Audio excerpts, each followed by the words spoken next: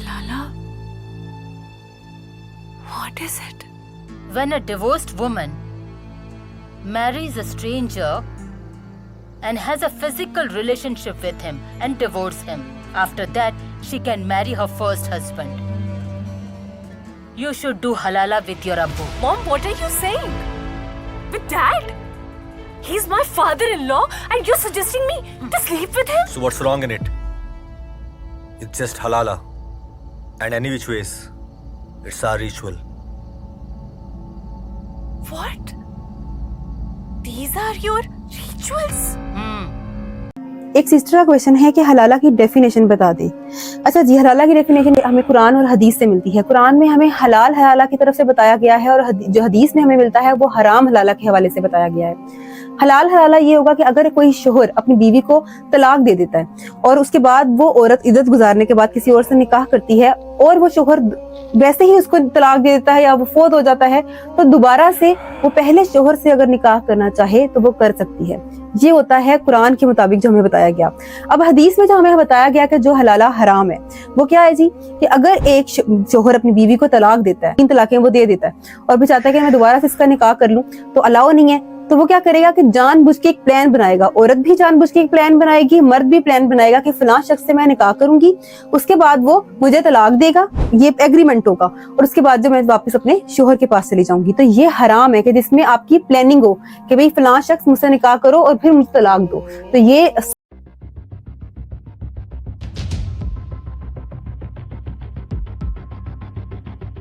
முகம் தெரியாத நபருடன் திருமணம், பாலுறவு, பிறகு விவாகரத்து, இவை எல்லாமே முன்னாள் கணவனை அடைவதற்காக முஸ்லிம் பெண்கள் ஏராளமான பணம் கொடுத்து அனுபவிக்கும் துயரங்கள். அந்த வேதனையை அனுபவிக்க பல முஸ்லிம் பெண்கள் ஹலாலா என்று அழைக்கப்படும் இஸ்லாமிய திருமணத்துக்காக ஏராளமான தொகையை செலவிடுகிறார்கள். இந்த சேவையை வழங்க பல இணையதள சேவை நிறுவனங்கள் அந்த பெண்களிடமிருந்து பெருமளவு கட்டணம் வசூலிக்கின்றன. இது பிபிசி புலனாய்வு மூலம் வெளிப்பட்ட தகவல். அது பற்றிய விவரம் இதோ. ஃபரா, இது அந்த பெண்ணின் உண்மையான பெயர் அல்ல. ஃபரா தனது 20 வயதுகளில் இருக்கும்போது தனது வருங்கால கணவரை சந்தித்தார். அவர் குடும்ப நண்பர் ஒருவரின் மூலம் ஃபராவிற்கு அறிமுகமானார். திருமணத்திற்கு பிறகு அவர்கள் குழந்தை பெற்றுக் கொண்டனர். ஆனால் அப்போதிலிருந்து அவர் தன்னை துன்புறுத்த தொடங்கியதாக ஃபரா தெரிவிக்கிறார். மாதவிலக்கு காலத்தில் பெண்கள் தூய்மை இழக்கிறார்களா? பணம் வேண்டும் என்று முதல் முறையாக அவர் தன்னை துன்புறுத்த தொடங்கியதாக பிபிசியின் ஆசிய சேவையிடம் ஃபரா தெரிவித்துள்ளார். எனது முடியை பிடித்து தரதரவென 2 அறைகளை தாண்டி வெளியே இழுத்து கொண்டு வந்து வீட்டை விட்டு வெளியே துரத்த முயற்சி செய்தார். சில சமயங்களில் அவர் மிகவும் மோசமாக நடந்து கொள்வார். இந்த நிலை மாறும் என ஃபரா நம்பினார். ஆனால் அவர் கணவரின் நடத்தை அதைவிட மோசமாகத்தான் மாறிக்கொண்டிருந்தது. குறுஞ்செய்தியின் வழியாக அவரை விவாகரத்து செய்யும் அளவிற்கு அவரின் நடத்தை மோசமாகியிருந்தது. யார் இந்த அண்டர்டேக்கர்?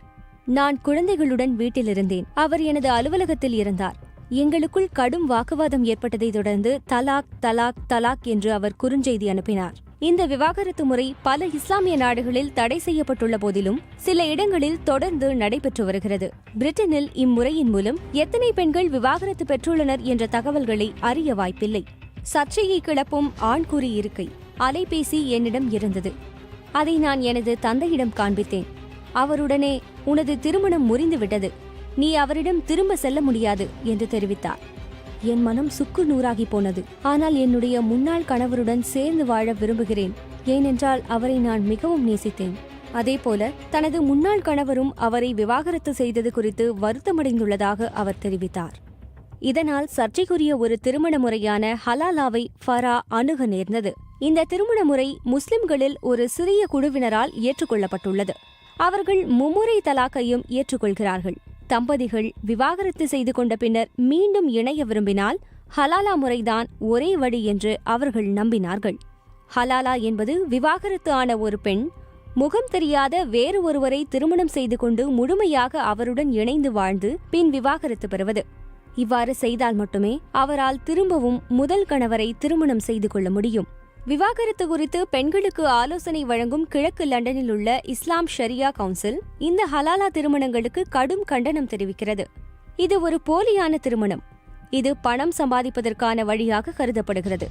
மேலும் பலவீனமானவர்கள் இதனால் பாதிக்கப்படுகின்றனர் என அந்த அமைப்பைச் சேர்ந்த கோலா ஹசன் தெரிவிக்கிறார். இது மன்னிக்க முடியாத கொடுமை. ஹலாலா திருமணத்தை தவிர்க்க உதவிகளை நாடலாம் அல்லது ஆலோசனை பெறலாம். எவரையும் இந்த ஹலாலா திருமணத்தை செய்து கொள்ள அனுமதிக்க மாட்டோம் என்று அவர் தெரிவித்தார். இதையெல்லாம் கேட்ட பிறகு ஹலாலா திருமணம் செய்து அதில் பல கொடுமைகளை அனுபவித்து அதன் பிறகு தனது முதல் கணவருடன் மீண்டும் சேரும் முடிவிலிருந்து பின்வாங்கிவிட்டார் ஃபரா. ஆனால் என்னை போல ஏராளமான பெண்கள் எப்படியாவது தீர்வு கிடைக்காதா என்று துடித்துக் கொண்டிருக்கிறார்கள் என எச்சரிக்கிறார் ஃபரா. விவாகரத்து பெற்றுவிட்டு வலியை அனுபவித்துக் கொண்டிருக்கும் என்னை போன்றவர்களின் நிலையில் இருந்தால் ஒழிய பெண்களின் வலியை புரிந்து கொள்ள முடியாது. இப்போது என்னை கேட்டால் நான் இந்த காரியத்தை ஒருபோதும் செய்ய மாட்டேன். ஒருவரிடம் சேர்ந்து வாழ இன்னொருவருடன் என் உடலை பகிர்ந்து கொள்ள மாட்டேன். ஆனால் அந்த நேரத்தில் எனது முன்னாள் கணவருடன் சேர்ந்து எந்த ஒரு நடவடிக்கைக்கும் நான் தயாராகவே இருந்தேன் என்கிறார் ஃபரா.